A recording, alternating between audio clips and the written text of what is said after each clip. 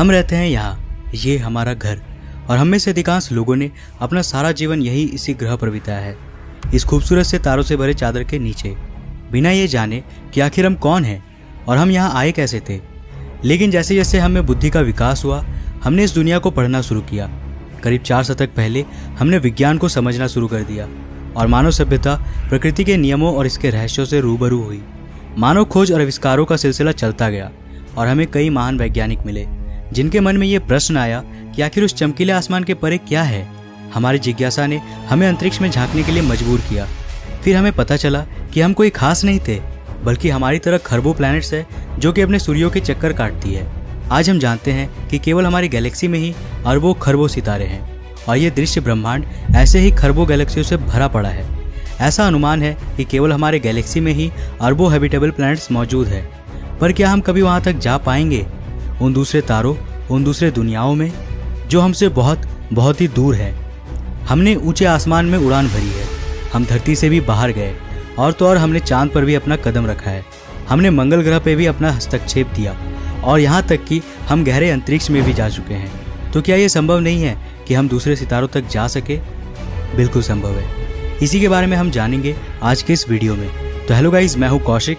चलिए शुरू करते हैं आज के इस एपिसोड को। हमारे सूरज का सबसे करीबी स्टार सिस्टम अल्फा सेंटोरी, जो हमसे करीब 4.5 प्रकाश वर्ष दूर है। इस स्टार सिस्टम में कुल 3 स्टार्स है, अल्फा सेंटोरी ए और बी, जो कि आप जानते ही हो कि एक बाइनरी स्टार सिस्टम है जो कि एक दूसरे को चक्कर काटती है, और अल्फा सेंटोरी सी, जिसे हम प्रॉक्सिमा सेंटोरी के नाम से भी जानते हैं। ये एक छोटा सा लाल बौना सितारा है, यानी रेड ड्वार्फ स्टार है। प्रॉक्सिमा सेंटोरी हमारे सूरज का सबसे करीबी सितारा है, जो हमसे केवल 4.24 प्रकाश वर्ष दूर है। अगस्त 2016 में खगोलविदों ने एक बहुत बड़ी खोज की। उन्होंने ये देखा कि प्रॉक्सिमा सेंटोरी के पास भी पॉसिबली एक प्लैनेट है जो कि हमारी धरती के समान है, जिसे आज हम जानते हैं प्रॉक्सिमा बी के नाम से। प्रॉक्सिमा बी अपने सितारे के हैबिटेबल जोन में है, जिसका मतलब यहाँ पानी तरल रूप में मौजूद होगी। प्रॉक्सिमा बी की खोज हम मानव सभ्यता के लिए वाकई में एक जीत से कम नहीं है, और शायद ये हमारे प्रजाति का पहला इंटरस्टेलर डेस्टिनेशन हो सकता है। साल 2015 में नासा के न्यू होराइजन स्पेसक्राफ्ट ने अपने 5 अरब किलोमीटर के सफर को पूरा किया था, जो कि प्लूटो तक का सफर था, और इसमें इसे कुल 9 साल लग गए थे। ये स्पेसक्राफ्ट करीब 84,000 किलोमीटर प्रति घंटे की रफ्तार से सफर कर रहा था, यानी 1 सेकंड में करीब 23 किलोमीटर, जो कि वाकई में काफी तेज है। इस स्पीड से हम केवल आधे घंटे में पृथ्वी का एक पूरा चक्कर लगा लेंगे।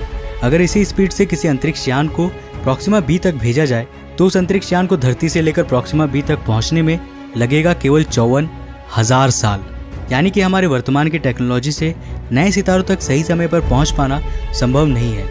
लेकिन ये पूरी तरह सच भी नहीं है। हमारे वैज्ञानिक एक ऐसे स्पेसक्राफ्ट पर काम कर रहे हैं जो हमें प्रॉक्सिमा बी तक पहुंचाएगा केवल 20 सालों में, और इसे कहा जाता है ब्रेक थ्रू स्टार शॉट। इस कंसेप्ट की शुरुआत हुई थी साल 1985 में, जब साइंटिस्ट रॉबर्ट एल फॉरवर्ड ने स्टार विस्प के आइडिया को सामने रखा, एक ultra low mass interstellar probe जिसे माइक्रोवेव बीम द्वारा प्रोपेल किया जाएगा। इस स्पेसक्राफ्ट में एक 100 मीटर चौड़ा कार्बन फाइबर सेल लगा होगा जो बहुत ही पतला होगा, और इसके सेंटर में एक नैनो स्केल कंप्यूटर सर्किट होगी जिसमें सारे सेंसर्स लगे होंगे। ऐसा थियोराइज किया गया कि इस स्पेसक्राफ्ट का टोटल वेट केवल 1.08 किलोग्राम रखा जाएगा। ये माइक्रोवेव बीम्स इस स्पेसक्राफ्ट को प्रकाश की गति के 10% गति से प्रोपेल करेगी, यानी करीब 30,000 किलोमीटर प्रति सेकंड की रफ्तार से। यह आइडिया काफ़ी अच्छा था, लेकिन इसमें भी प्रॉक्सिमा बी तक पहुंचने में हमें करीब 40 साल लग जाएंगे। इतने लंबे समय में इस प्रोग्राम पर काम करने वाले साइंटिस्ट शायद बूढ़े होकर मर जाएंगे। तो हमें कुछ अच्छा चाहिए था, कुछ बेहतर, जो इससे ज़्यादा फास्ट हो। तो यहीं से आया ब्रेक थ्रू स्टार शॉट। पर इसके बारे में जानने से पहले आइए जानते हैं कि सोलर सेल्स या लाइट सेल्स क्या होते हैं। तो अगर आपने हमारी पिछली वीडियो देखी है तो आपको याद होगा कि उसमें मैंने लाइट सेल के बारे में बताया था। अगर नहीं देखी तो ऊपर आई के बटन पर क्लिक करके आप उसे अभी देख सकते हो। तो लाइट सेल या सोलर सेल्स असल में एक तरह के सेल्स हैं जो लाइट के पार्टिकल्स द्वारा प्रोपेल होती है, ठीक जैसा एक बोट सेल में होता है हवा के जरिए। जैसे किसी बोट के सेल में हवा के टकराने से बोट की गति बढ़ती है, ठीक उसी प्रकार एक लाइट सेल में लाइट के पार्टिकल्स उस स्पेसक्राफ्ट की गति को फॉरवर्ड आगे बढ़ाती है। तो इसका एक बहुत बड़ा फायदा भी है। न्यू होराइजन्स स्पेसक्राफ्ट का वजन स्पेस में करीब 400 किलोग्राम का था। ये स्पेसक्राफ्ट, जैसे कि मैंने पहले बताया, करीब 84,000 किलोमीटर प्रति घंटे की रफ्तार से ट्रैवल कर रहा था, जो कि फास्ट है लेकिन उतना भी नहीं कि इससे इंटरस्टेलर ट्रैवल किया जा सके। लेकिन सोलर सेल्स बहुत ज़्यादा फास्ट ट्रैवल कर सकते हैं। इसकी खास बात यह है कि इसमें किसी प्रकार का फ्यूल नहीं लगता, जिससे स्पेसक्राफ्ट का वजन बहुत ही कम हो जाता है। ऑर्डिनरी स्पेसक्राफ्ट में स्पीड को बढ़ाने के लिए फ्यूल्स का इस्तेमाल किया जाता है, जिससे उसमें अधिक फ्यूल टैंक्स लगाने पड़ते हैं और इससे स्पेसक्राफ्ट का भार भी बढ़ जाता है। तो ऐसे स्पेसक्राफ्ट द्वारा इंटरस्टेलर ट्रैवल करना नामुमकिन या कहें तो बहुत धीमा होता है। लेकिन ब्रेक थ्रू स्टारसॉर्ट एक बहुत ही अच्छा विकल्प है इंटरस्टेलर ट्रैवल के लिए।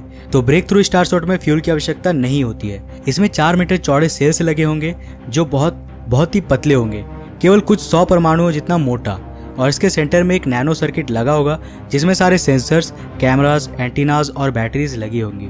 और ये छोटा सा चिप ही मेन स्पेसक्राफ्ट होगा। अब आप सोच रहे होंगे कि आखिर ये स्पेसक्राफ्ट चलेगा कैसे। तो जैसे कि लाइट सेल्स या सोलर सेल्स सन के द्वारा छोड़े गए फोटोन पार्टिकल्स द्वारा चलते हैं, वहीं ब्रेक थ्रू स्टारसॉर्ट के साथ ऐसा नहीं है। इसे चलाने के लिए विजिबल लाइट लेजर्स को यूज किया जाएगा, जिन्हें धरती पर बने लेजर फील्ड्स के द्वारा उस स्पेसक्राफ्ट पर बीम किया जाएगा, जो केवल 1 घंटे के अंदर स्टारसॉर्ट को प्रकाश की गति के 20% गति तक पहुंचा देगी और वो केवल 20 साल में प्रॉक्सिमा बी के सफर को पूरा करेगा। लेकिन इसकी एक खामी भी है। हम स्टारसॉर्ट को लाइट के 20% स्पीड से चला तो सकते हैं, लेकिन इसे इसके डेस्टिनेशन पर रोका नहीं जा सकता है। यानी ये प्रॉक्सिमा बी तक पहुंचकर वहां रुकेगा नहीं, बल्कि वहां से पार हो जाएगा। यानी हमारे पास कुछ नैनो सेकंड्स होंगे उस प्लेनेट के डेटा को कलेक्ट करने के लिए। इसलिए रूसी अरबपति यूरी मिलनर, जो कि ब्रेक थ्रू इनिशिएटिव्स के मेन लीड हैं, इनका प्लान है एक के बजाय सैकड़ों या हजारों नैनोक्राफ्ट्स को लॉन्च करने का, जिससे हम प्रॉपर डेटा कलेक्ट कर सके। तो अब सवाल है कि स्टारसॉर्ट प्रोग्राम अभी भी शुरू क्यों नहीं हुआ है।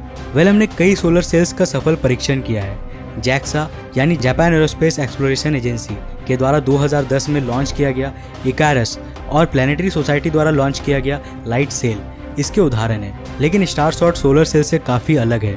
इसे बनाने की तकनीक हमारे पास आज नहीं है, लेकिन यह आइडिया इतना अच्छा है कि इसमें कई सारे बिलियनियर्स इन्वेस्ट कर रहे हैं। इसके साथ ही स्टीफन हॉकिंग और मार्क जकरबर्ग ने भी इसमें अपना सपोर्ट दिया है। और ख़ास बात यह है कि ब्रेक थ्रू स्टारसॉर्ट आने वाले 20 सालों में एक रियलिटी बन जाएगी।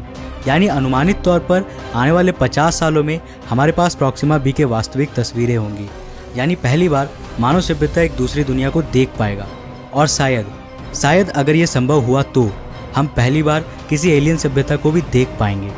तो हेल्दी खाना खाइए, एक्सरसाइज कीजिए, ताकि आप भी आने वाले 50 साल बाद अल्फा सेंटोरी की नज़दीकी झलक देख सके आपके इसी प्यारे चैनल अंतरिक्ष टीवी पर।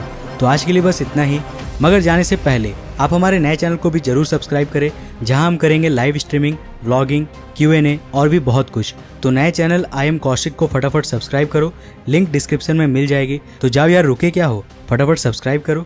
अगर आपने अभी तक हमें इंस्टाग्राम और फेसबुक पे फॉलो नहीं किया है तो जाकर तुरंत फॉलो करो। और अगर आप नए हो इस चैनल पे तो ऐसे ही और इंटरेस्टिंग वीडियोस के लिए चैनल को सब्सक्राइब करने के साथ साथ नोटिफिकेशन बेल को भी ऑन कर लो।